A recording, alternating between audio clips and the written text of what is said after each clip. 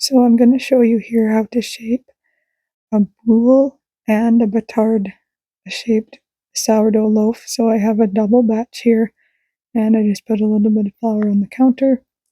This is a 70% hydration dough. Bowl is clean, great. Love it when the dough just slides right out like that. So I just cut it in half with my bench scraper, which is linked below if you're interested.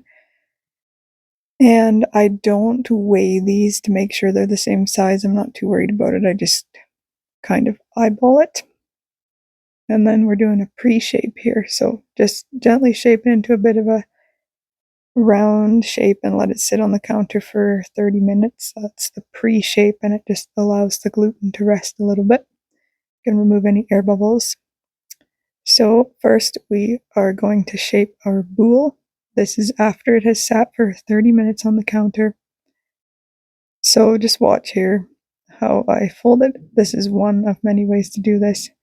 And you can put a little bit of pressure on it just to make sure you get rid of air bubbles because you don't want huge holes in your loaf.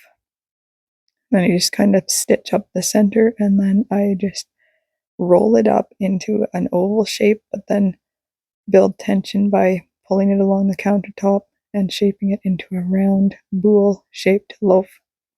So when I'm finished that, I just plop it into the round Banneton basket, which is also linked below.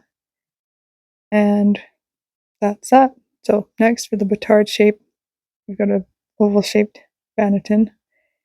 And we're going to do pretty much the same thing here, except for one thing.